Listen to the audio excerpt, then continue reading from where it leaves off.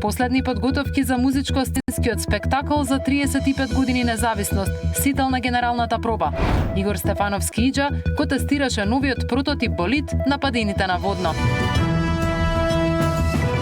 А за актуелните политички домашни теми, но и за состојбите во СДСМ, мој гостин во Дневникот, организацијскиот секретар на СДСМ Зоран Трифуновски. Останете со нас, почнува Дневник.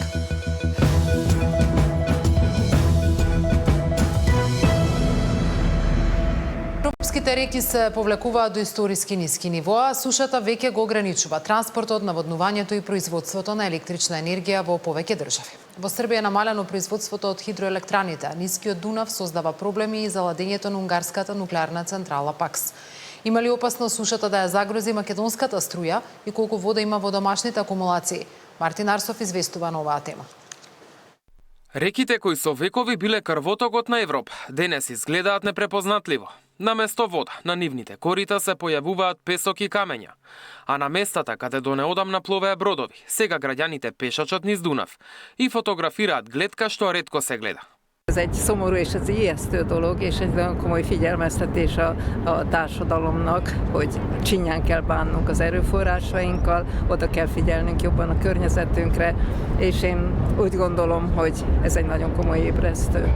Hát szerintem rosszabb dolgok is bekövetkezhetnek ennél. Tehát, hogyha nem történik érdemben változás, és ez nem csak így a civilekre vonatkozik, hanem tényleg ezek a nagyobb cégekre vonatkozóan is, akkor ez csak rosszabb lehet szerintem. Hát például otthon próbáljuk minél kevesebbet használni a klímát, tényleg csak azokat az elektromos berendezéseket használni, ami létfontosságú.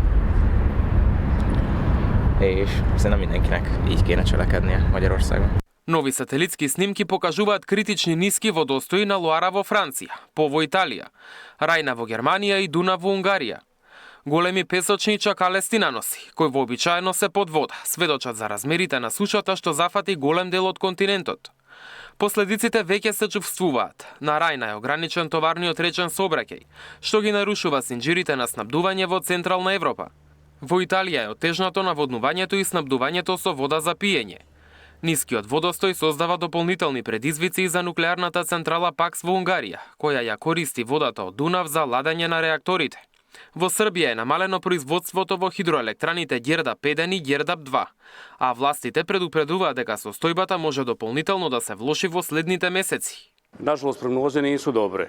Ovde je iznet podatak da je 1990. godine postignut taj minimum, minus 143 cm. Mislim, treba imati u vidu da je to bilo u januaru mesecu. To je bila posledica pada dugogodišnje koji je počeo u ranijem nekom periodu. Znači, mi smo tek sad u periodu kada treba Dunav da opada u naredna 2 do 3 meseca, tako da prognoze nisu dobre. Ниското ниво на Рајна во Германија повторно откри стар потонат рибарски брод кај градот Нойс, а кај Вормс се појавија така наречените камења на гладот, историски обележја поставени во реките, за време на големи суши, како предупредување до идните генерации, дека ниските водостои може да донесат глад и тешки времиња. Во меѓувреме, македонскиот електроенергетски систем засега останува стабилен. Од Министерството за енергетика уверуваат дека во моментов нема ризик за сигурноста на производството на електрична енергија во земјава. Состојбата со акумулациите во моментов е стабилна и овозможува сигурно управување со домашниот хидропотенцијал. Хидропотенцијалот е со вкупна исполнетост на акумулациите од околу 70%. Тоа овозможува да се одговори на актуелните потреби во рамки на планираното производство. Дека Македонија годинава има поволна хидролошка состојба, оценува и хидрологот Атанас Угрински. Според него, врнежите во текот на годината обезбедиле подобра водна состојба, во споредба со дел од европските земји. Оваа година имавме прилично добра хидролошка состојба. Имаше врнежи од дожд, од снег во текот на годината. Во текот на месец февруари и март имаше и поизразени врнежи од дожд и од снег. А исто така и оваа пролет се карактеризираше со краткотрајни интензивни врнежи во попладневните часови, така што можам да кажам дека не очекувам така драматична суша да има како што ја спомнавте во Западна Европа, како и поголеми реки како Дунав, Рајна и така натаму. Според него, водостоите во земјава засега се на задоволително ниво, иако продолжен сушен период би можел да донесе намалување на водостоите. Во реките се уште има доволно количини на вода како за овој период од годината. Исто така езерата не се на минималните коти, така што изворите исто така не се на ниту близко до минималните водостои, така што очекувам прилично добро да го пребродиме во исушен период. Иако не се знае колку би требало, нели, доколку имаме продолжен во текот на август, септември, секако дека може да има уште пониски водостои, но мислам дека има добра основа за по-добро да го пребродиме сушниот период за разлика од овие западноевропски земји. Топлотниот бран што ја зафати Македонија продолжува и во следните денови. Мартин Арсов, Сител телевизија. Македонија е во портокалова фаза поради пеколните горештини. Синдикатите бараат прекин или намалување на работата на отворено од 11 до 17 часот, а лекарите предупредуваат на зголемен број колапси, мозочни удари и проблеми со крвниот притисок. Најризични се повозрастните, хронично болните и бремените жени, кои треба да избегнуваат излегување во најтоплиот дел од денот и редовно да внесуваат течности. Сања Димитровска провери дали препораките се почитуваат. Македонија под вршник. Високите температури го крена алармот. Земјата е во портокалова предупредувачка фаза. Сојузот на синдикати побара од работодавачите намалување или целосен прекин на работа на отворено од 11 до 17 часот и обезбедување услови што нема да го загрозат здравието. Укажуваме дека од особено значење е да се почитуваат соодветните мерки за заштита на здравието и животот на возрастните, хронично болните и бремените работнички, велат од ССМ. Лекарите пак предупредуваат кои се здравствените ризици од пеколно-жешкото време. Доминантна патологија која што циркулира овие денови се мозочните удари. Тука се колапсните состојби, губитоците на свест, проблеми со вртоглавица, односно со вертигинозни потешкоти, апсолутно варијации на крвен притисок, бидејќи физиолошки е да во вакви високи температури телото губи поголема количина на вода, крвните садови се дилатираат, односно се прошируваат, така што многу е битно да се почитуваат оние препораки кои што ги дава Институтот за јавно здравје и да се внесува доволна количина на течност. И покрај апелите денес на Пладне можевме да сретнеме и лица кои што поднесуваат топло, но и повозрастни кои морале да излезат.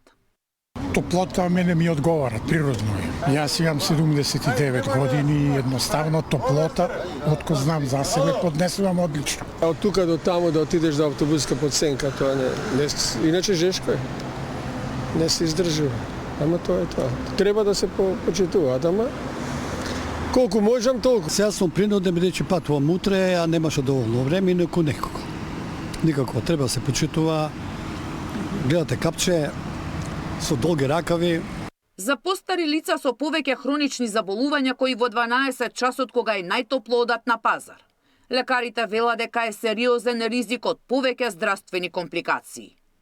Од најблаго кажано колапс заради жешкото време, заради дехидратацијата, заради пад на крвниот притисок, а сето тоа носи ризици од одредени повреди, па најчести се фрактури веќе на бутната коска, одредени краниоцеребрални повреди, така што тоа се ризици кои што ги носи едно такво излегување кое што и можам да кажам слободно е непотребно во тоа време.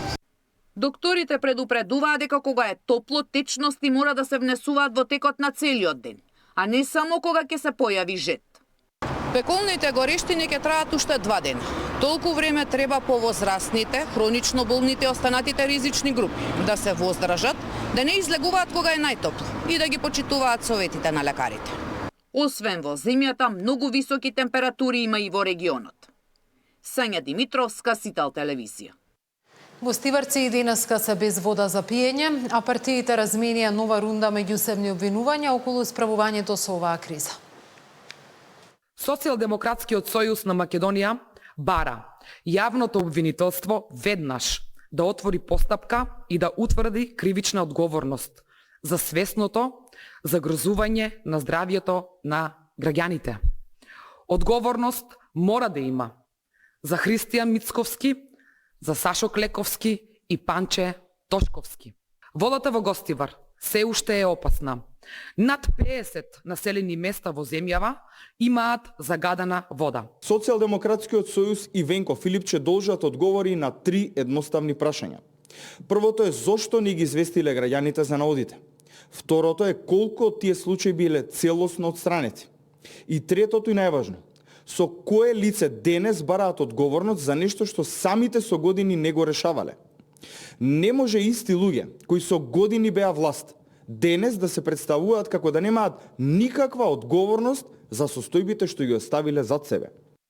Нема тајни преговори на сметка на националните интереси. МНР контра обвинувањата на опозицијата. Завршен инспекцијскиот надзор во 3 болници за случајот на Станка Михајлова. Имало ли лекарска грешка? Власта и опозицијата повторно со препукување околу европскиот пат на Македонија. СДСМ обвинува дека владата веќе се подготвува да го прифати францускиот предлог, иако претходно го нарекуваше предавство. МНР ги отфрла тврдењата за таен договор и уверува дека нема отстапки од националните интереси. Владата подготвува терен за прифаќање на францускиот предлог. Андреј Жирновски од СДСМ на пресконференција обвини дека владата свесно лажала за можни специјални услови, одложено дејство или членство во Европската Унија без право на глас, а сега веќе нема простор за маневрирање. Наши информации од Брисел зборуваат дека владата на Мицкоски тоа веќе го договорила. И тоа се јасни сигнали кои што пристигнале и од Брисел, и од Белин, и од Париз. Се обидува да направат стратегија. Како? Да го прикажат како победа она што до вчера за нив беше лага и велепредавство.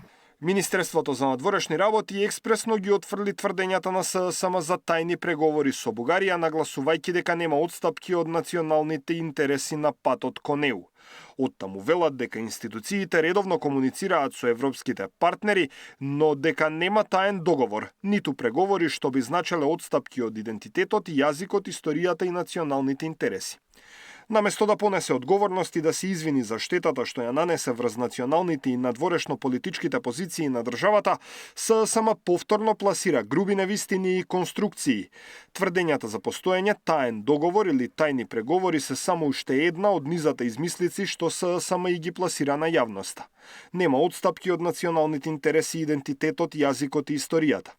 Полноправното членство во Европската Унија останува стратешка определба и крајна цел на оваа влада, се вели во реакцијата од Министерството за надворешни работи и надворешна трговија. Препкувањата меѓу власти и опозицијата доаѓаат од како шефот на дипломатијата неодамна во интервју за МИА рече дека се водат разговори под радарот за трајно и одржливо решение за деблокада на процесот кон ЕУ. Рече и дека нема да има решение по секоја цена и решение кое само по себе нема да биде одржливо. Даниел Василев, Сител телевизија. Во тема на денот, како што најавив мој гостин, организацијскиот секретар на СДСМ, поранешен директор на јавното предпријатие Железници, Зоран Трифуновски. Добро вечер и добре дојдовте во Дневникот. Добро вечер, Цаци. Поздрав до гледачите на телевизија Сител. Ке се потрудам да отвориме повеќе актуелни теми. Прва, за жал, многу актуелна тема е состојбата во Гостивар, која се уште не е решена, состојбата со водата за пиење. Тоа е процес долг и тежок, кој ги остави граѓаните ве повеќе од 3 недели без вода за пиење. Следам дека секојдневно ја експлоатирате темата, имате партиски пресконференции, реакции, вклучени сте. Дали ова тема на која може да се соберат политички поени во овој момент, со оглед на тоа што и локалната самоуправа таму е од Демократската унија за интеграција, институциите постапија, поднесени се кривични пријави, одговорност се бара за хаваријата која што е настаната, зошто се политизира случајот? Апсолутно мислиме дека граѓаните треба да бидат информирани затоа што се деси една голема катастрофа. Се деси труење на граѓаните на Гостивар, каде што преку 4000 луѓе веќе побараа хоспитализација во болницата во Гостивар. И заради тоа ние ја активизираме оваа тема се со цел да знаат граѓаните што ги очекува и што да се надеваат во наредниот период. Затоа што мислиме дека дека институциите не се покажаа како што треба. Не можеме да кажеме дека само локалната власт требаше да реагира, напротив, мислиме дека требаше и останатите државни институции да преземат некоја акција. Тоа за жал не се деси, поминаа многу денови, скоро 22 дена граѓаните на Гостивар пие отровна вода со фекалии, користеа техничка вода, од која што добија сериозни здравствени проблеми по животот и здравјето. Ради тоа, ние секој ден апелиравме, се вклучивме максимално на терен. Јас ја го предводев тимот од Социјалдемократскиот сојуз на Македонија, кој што веднаш се упати меѓу граѓаните на Гостивар. Поделивме техничка вода, делумно и вода за пиење до ранливите категории на граѓани, највеќе до пензионерите и социјално загрозените семејства. Исто поделивме и пробиотици. И заедно со председателот кој што исто дојде во Гостивар, побаравме итно прогласуваме не на епидемиолошка ситуација. За жал, од страна на власта имаше закасната реакција, дури после 5 дена се прогласи епидемија и институциите потврдија на сите можни нивоа. Да, ние се согласуваме дека локално можеби имало одговорност и треба да се преземе и стоиме позади институциите, меѓутоа не е одговорноста само локална. Значи, тука треба да се спомне дека Институтот за јавно здравје не преземало никакви мерки, Центарот за јавно здравје од Тетово, кој што е надлежен за општина Гостивар, не преземало никакви мерки. Значи, Агенцијата за храна и ветерина исто не се уклучила и нормално најповиканиот лидерот на сите нив, човекот кој што ги назначува, ги именува и ги координира министерот за здравство Клековски, никако не се појави пред граѓаните на Гостивар. Исто како и неговиот партиски лидер Мицкоски, кој што беше должен да се појави меѓу граѓаните на Гостивар, он место да се појави да ја објасни ситуацијата, он направи за нас една ненормална ситуација, отиде во Кавадарци на базен заедно со нивниот градоначалник Мицкоски и Митко Јанчев заедно да го промовираат отварањето на базенот во Кавадарци. Кога ги обвинувате од партиска говорница, добивате и контра одговори, контра напади. Власта објави документи дека и во време на владењето на СДСМ во повеќе наврати водата за пиење во Гостивар била неисправна, но дури граѓаните не биле ниту алармирани и информирани дека низ нивните чешми тече отров. Значи, прво треба да ја потсетиме власта дека се они на власт веќе 2 години и 6 години на локално ниво. Значи, не се опозиција, не може да се оправдуваат со пресконференции и да ги напаѓаат дека сите останати се криви, освен самата владеачка гарнитура која што треба да постапува во овие ситуации. Ако имало такво нешто во времето на СДСМ, медиумите и јавноста ќе биле запознаени. Ние официјално никој до сега нема дека во времето на СДСМ, во времето на председателот Венко Филипче, дека имало труење со вода. Затоа власта не треба да ја префрла одговорноста и да се правда на минатото, него да биде поенергична, да најде решение за проблемот кој што и после 22 дена се уште е активен во Гостивар. Значи, треба на луѓето да им се објасни што понатаму. Дали тие луѓе ќе добијат барем техничка вода и дали ќе добијат и чиста вода за пиење. Како што споменав на почетокот во најавата, вие во мандатот на претходната влада бевте директор на јавното предпријатие Македонски железници. Во моментов се актуелни проектите и коридорот 10 и коридорот 8 железнички се најавуваат многу важни проекти и инвестиции во овој дел. Ајде најпрво сакам да ве прашам, бидејќи посебен фокус се става на коридорот 10, кој е вашиот став? Имаме ли потреба од една нова изградба на една нова пруга, една нова линија, или може би сето ова можеше поекономично да се заврши со реконструкција на постојниот железнички коридор? Апсолутно мислам дека политиката што ја води оваа власт е погрешна. Тоа се гледа од сите нивни проекти. Првично, нема потреба да се направи нова брза пруга, како што ја нарекуваат, и да се задолжат граѓаните со толкави големи суми, бидејќи проекцијата на нова брза пруга е меѓу 2 и 2,5 милиарди по нивните пресметки. Таа брза пруга, они најверојатно ја виделе од нивните пријателски земји, Србија и Унгарија, кои што веќе направија брза пруга, меѓутоа таму треба да знаат и да бидат информирани граѓаните, работат само кинески компании со кинески кредити. Ние веќе имаме земено еден кредит, за кој што во меѓувреме новата власт во Унгарија отвара истрага и мислам дека не е потребно повторно да влегуваме во такви сценарија. По мене доволно е да се направи реконструкција на постоечката пруга, која што постои веќе 153 години во нашата земја и за тој дел од 215 километри од граничниот премин Богородица до граничниот премин Тавановце, за да се реконструира, би ни требало околу 2 години и помеѓу 200 и 300 милиони евра. Значи, разликата е 10 пати поевтино е ова решение и подобро за граѓаните.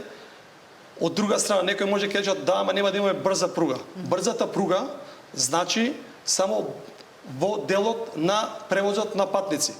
Тој превоз секаде во свет е субвенциониран од државата. Финансискиот буџет кој што го добива државата е од карго или товарниот сообраќај. Секаде во светот дозволената брзина за тој сообраќај е максимум до 140 км на час. Ако ние сега имаме пруга која што може да се движи или со ремонтот ќе се движи од 100 до 120 км на час, значи само за 20 км на час или претворено во време за 10 до 20 минути пократко време на движење, ние треба да пратиме 10 пати поголема сума према кредиторите и да го задолжиме народот на Република Македонија. Има најава дека ќе се подпишува со европските банки за третата фаза од коридорот 8 и дека практично ќе добиеме најголем грант досега за изградба на коридорот 8. Нешто почнува да се прави и да се инвестира. Сега зборуваме требало ваков проект или онаков проект, но веројатно е значено што има раздвижување во овој сектор. Апсолутно повторно владата како и до сега пробува јавноста да ја доведе во манипулација и во заблуда. Значи тој проект постои веќе од времето кога Социјалдемократскиот сојуз на Македонија предводеше владата. Значи уште во 2022 почна изградбата на коридорот 8 или попознат меѓународот како НАТО коридор, затоа и ние сакаме да инвестираме во НАТО делот, а не во пруга која што ќе не поврзува преку кинески и руски пари. И веќе се сработи лот 1 целосно, тој е од Куманово до Белјаковце, и се работи дел од лот 2, од Белјаковце до Крива Паланка. Ова за што сега зборуваат, фазата 3, така наречена, значи парите се обезбедени уште во владењето на Социјалдемократскиот сојуз.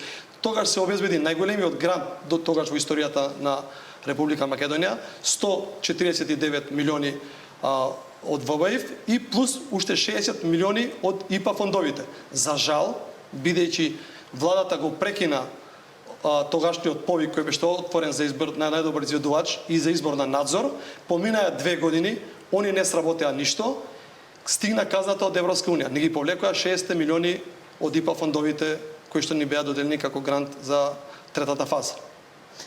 Во изминатиот период, особено по самата промена на власта, имаше бројни критики за тоа како се менаџирал во времето на СДСМ овој сектор, но оно што како граѓани и како факт можеме да го видиме и што веројатно најсликовито е опишува состојбата со нашите железници, дека имаме возови кои возат со 10-20 на час, имаме пруги, елементи на пругите кои што се од 63-та година, пред 150 години сме имале воз до Солун, сега немаме воз до Битола најчесто.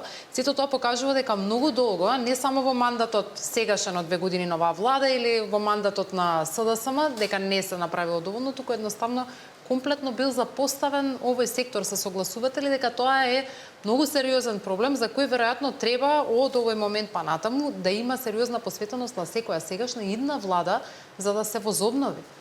Апсолутно се слагам дека во дел од минатото повеќе влади имаат одговорност за состојбата, меѓутоа тоа не го оправдува однесувањето на сегашната влада и тоа што 2 години не презема никаква активност на веќе обезбедена финансиска конструкција да продолжат да ги одвиваат градежните работи. Тоа за жал гледате дека не ги кошта пари граѓаните. Сега ради таа ситуација ќе треба да повторно да се задолжуваме да бараме нови кредити. А дека секогаш може подобро, може. Дека има разлика, граѓаните сами ќе видат како било и како се работело во времето на Социјалдемократскиот сојуз на Македонија, затоа што ние во мојот мандат за 1 година изградивме 31 километар железниčка пруга на коридорот 10 од Неготино до Ногаевци за 4,8 милиони евра. Нешто што звучи многу интересно е најавата за градски воз кој може да почне уште сега во септември и кој мислам дека ќе даде сериозен позитивен импулс на јавниот сообраќај во главниот град. Можеше тоа да се направи можеби и порано? Градскиот воз е делумно решение што од секогаш кружело во куларите на железници, меѓутоа тоа е повеќе решение за приградските населби. Ние како Социјалдемократски сојуз на Македонија мислиме дека БРТ системот кој што го предложи уште пред 6 години, а за жал оваа власт која е на локално ниво веќе 6 години не го продолжи проектот, дури сега свати дека единственото и најдобро решение за градскиот метеж, за проблемот на Скопјани е БРТ, а не импровизација на други решенија. Обавувате функцијата организацијски секретар на СДСМ, вие сте практично дел и влеговте откако СДСМ е во опозиција, што веројатно е тешко да се биде на таа позиција во тешки времиња за партијата. Кои се предизвиците за Социјалдемократскиот сојуз и што можете или што правите во изминатиот период за да ги мотивирате своите членови и поддржувачи, но и да ја вратите довербата кај граѓаните која сте загубиле на последните избори? Па добро, нормално е дека ние претрпевме голем пораз 2024 година. После тој пораз, прво нормално бевме во шок, па бевме бесни и сега се свестивме и дојдовме во реалноста, што може понатаму. За среќа, нашиот политички опонент многу ни помага, затоа што со катастрофалните политики и криминални коруптивни тендери што секојдневно ги прави, ги мотивира нашите членови повторно да ја согледаат реалноста, да се вратат во партијата и да ни помогнат заедно да поработиме и да вратиме СДСМ онаму каде што е местото, повторно да биде државна партија број 1 во државата. Дали партијата денес е пообедината од моментот на смената на лидерството кога и вие влеговте во Социјалдемократскиот сојуз? Во раководството зборам. Апсолутно, партијата веќе е на добар пат. Ние секојдневно имаме илјадници средби со граѓаните. Ги посетивме заедно со секретаријатот сите општински организации, сите се комплетно организирани, спремни и цело време сме меѓу членството, а сега во последно време меѓу граѓаните на терен, со цел да им ги представиме новите политики. Знаете дека во изминатиот период имавме и еден конгрес програмски, на кој што презентиравме одредена платформа, и сега таа платформа полека стига до секој граѓанин во нашата држава. Може ли да коегзистира концептот на сегашното раководство со оние концепти кои видовме дека се промовираа на различни трибини, за кои веќе во јавноста се зборува, и дали тие се знак на натрепартиска демократија или на сериозен судир и раскол во Социјалдемократскиот сојуз? Апсолутно, и во минатото Социјалдемократскиот сојуз имал вакви ситуации, значи не е прв пат, тоа е големината на Социјалдемократскиот сојуз, затоа што ние сме сепак една демократска партија каде што секогаш се почитуваат различните мислења и секое мислење кое што дава додадена вредност во партијата ние го прифаќаме. Тоа се сепак мои партиски другари со кои што еве веќе изминативе 30 години заедно растеме во самата партија. Секој од нас бил на различни позиции, сите сме допринесле за што подобар Социјалдемократски сојуз, но и на Македонија, но и за подобро во државната политика што сме ја воделе. Ние им подадовме рака, буквално јас бев заедно со моите партиски другари од секретаријатот целодневно на разговори со нив и се уште разговараме, значи не е затворена вратата према никого. Ние се надеваме дека што поскоро ќе седнеме заедно, ќе ги надминеме овие тековни проблеми и заедно ќе се протиставиме на оваа ненародна власт која што побрзо треба да се замине од власта. Анкетите покажуваат дека сепак рейтинзите на владеачката партија се уште се далеку поголеми од поддршката за СДСМ и другите опозицијски партии. Колку постои страв дека евентуални избори следната пролет, за кои веќе се говори во јавноста, ќе значат уште еден изборен пораз и дали раководството може тоа да го издржи? Анкетите што ги спроведуваат сите покажуваат дека ВМРО има драстичен пат како никоја влада до сега. Значи 150.000 граѓани веќе за 2 години ги изгубија. Од друга страна, ако имаше Мицкоски таков рейтинг, ќе се појавеше пред граѓаните во гостивар, а не да оди да отвара базени. Со неговите партиски другари видовте денеска дека направија нов криминал, поделија вода на нивна блиска фирма, за нас неконвенционален начин, бидејќи може да разговараат со сите останати фирми во државата и мислам дека сите ќе се понудеа да помогнат. Ако се тоа нивни анкети, кај што они мислат дека се добри, а од друга страна само си гледаат своите бизнис ориентации, мислам дека не се согласувам со тие анкети. На тие анкети исто нивниот привезок знам, веќе е во статистичка грешка и секојдневно се молат да добијат барем едно пратеничко место доколку настапат заедно во коалиција.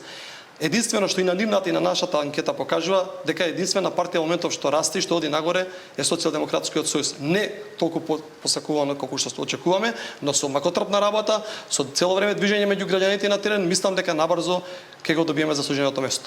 Зоран Трифуновски во тема на денот, ви благодарам за вечерашното гостување. Благодарам, ми беше чест што гостував кај вас. Завршен инспекцијскиот надзор во 3 болници за случајот на Станка Михајлова. Имало ли лекарска грешка? Државата бара нови 40 милиони евра преку издавање обврзници. Според финансии ова задолжување е планирано, според опозицијата финансискиот сектор е во крах.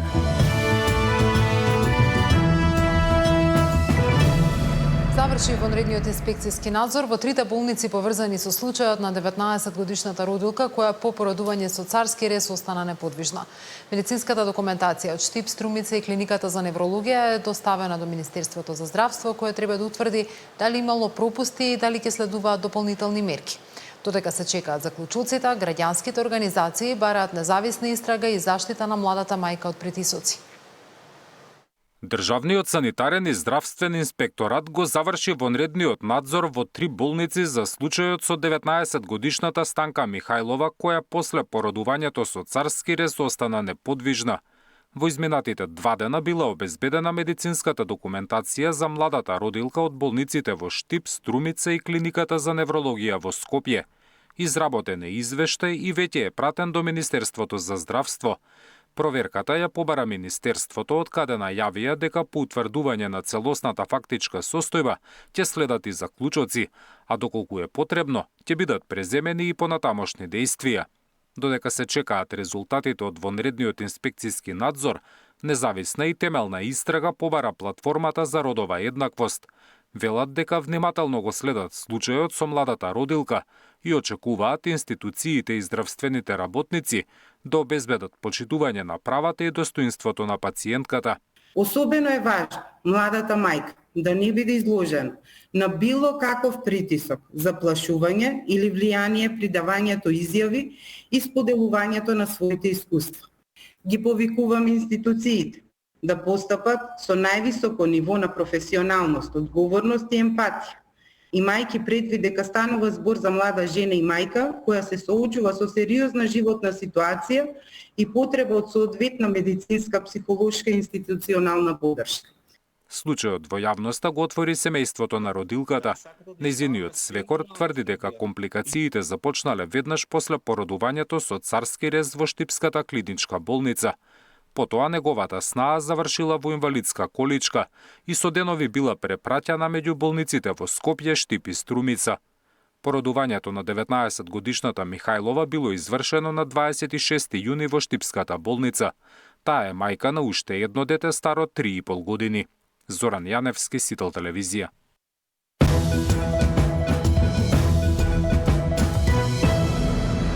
Државата бара нови 40 милиони евра преку издавање 3-годишни и 15-годишни обврзници со камати до 5,2%. Од Министерството за финансии уверуваат дека задолжувањето е планирано, а буџетот стабилен и ликвиден. СДСМ пак обвинува дека владата се фали со раст на приходите, додека истовремено отвора нови задолжувања. До крајот на годината се планирани уште повеќе аукции на државни харти од вредност. Државата бара на 40 милиони евра со издавање евроврзници. Понуди 3-15 годишни, а каматата која ќе ми ја даде на инвеститорите се движи од 4,35 до 5,20%. Македонската берза информира дека Министерството за финансии бара 2 милиони евра преку 3-годишни државни обврзници, скоро 33 милиони со 15 годишните без девизна клаузула и 6 милиони евра со девизна клаузула. Каматата за првите достигнува 5,20%, додека за вторите 5% годишно. Номиналната вредност на една обврзница е 10.000 денари. Купувачи на овие најмалку ризични харти од вредност, за кои гарантира државата, најчесто се банките и инвестициските друштва, но може да ги купат и физичките лица со посредство на брокер. Додека Министерката за финансии преку соопштение се фали дека буџетот е во одлична кондиција, опозицијата обвинува државата е во колапс. Приходите во буџетот од почетокот на годината се прибираат согласно планот и со раст во споредба со претходната година. Истовремено и на расходната страна се исплаќаат обврски согласно планираното. Податоците за реализацијата на приходите упатуваат на одржување на тренд на стабилност и раст во економијата. Исто така, извршена е исплата на над 800 милиони евра за стари долгови на странските пазари и 190 милиони на домашните кредитори. Опозицијската СДСМ пак обвинува. Статистиката за прикажување на успех, реалност на колапс, бајковита економија на Мицкоски. За 2 години Мицкоски не задолжи за повеќе од 2,5 милиарди евра. Ова историјата не го памети. Буџетот е празен затоа што тендер патриотите веќе го потрошија. Растат приходите во буџетот, ама буџетот нема пари, затоа се задолжуваат. Затоа излегуваат со обврзници, затоа продаваат статистики додека фрижидерите се празни. Инаку ова задолжување е планирано во календарот на Министерството за финансии. Нова аукција на државни обврзници ќе има и средината на овој месец, кога ќе се бараат 91 милиони евра, а во септември 33 милиони. Во последниот квартал пак, според објавата на финансии, ќе се одржат уште 8 аукции на државни записи. Наташа Мерсовска, Сител телевизија. Царинската управа во јули наплатила 14,14 милиарди денари, односно околу 227 милиони евра, што според институцијата е највисок месечен приход досега. Во споредба со јули минатата година наплатата е зголемена за 1,5 милиарди денари или за 11,8%. Растот во најголем дел се должи на зголемениот увоз на нафта и нафтени деривати и тутунски производи, како и на набавките на опрема од Министерството за одбрана. Од почетокот на оваа година до крајот на јули Царинската управа собрала вкупно 80,5 милиарди денари, односно околу 1,3 милиарди евра.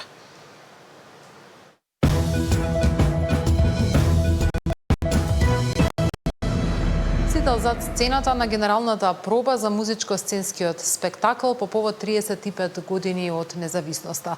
Во Националната опера и балет се усовршуваат последните детали од продукцијата, што преку музика, движење и современ сценски јазик ги спојува традицијата, идентитетот и заедништвото.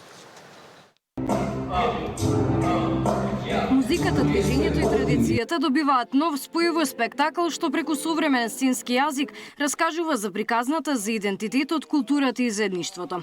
Зад сцената се испишуваат последните страници од една несекојдневна уметничка приказна. Камерата на Сител влезе зад завесите на генералната проба. Токму таму каде што секое движење, секој тон и секоја емоција го добиваат својот конечен облик.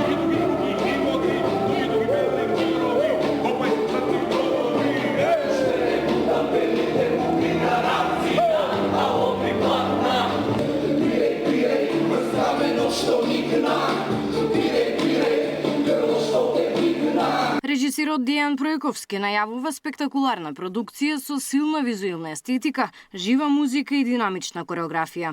Правиме едно музичко патување с последните на неколку децени на македонската музика и од друга страна правиме спој на македонската поезија, литература, сликарство, се она што е важно за македонската уметност, би рекол за македонскиот идентитет.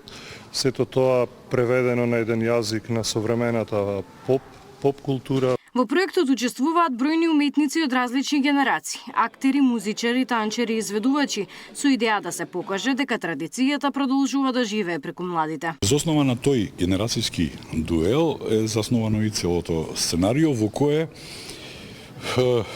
посветивме големо внимание на антологијата на македонската поезија, најголемите имиња поетски се вметнати, за дел од нив се направени и музика е направена.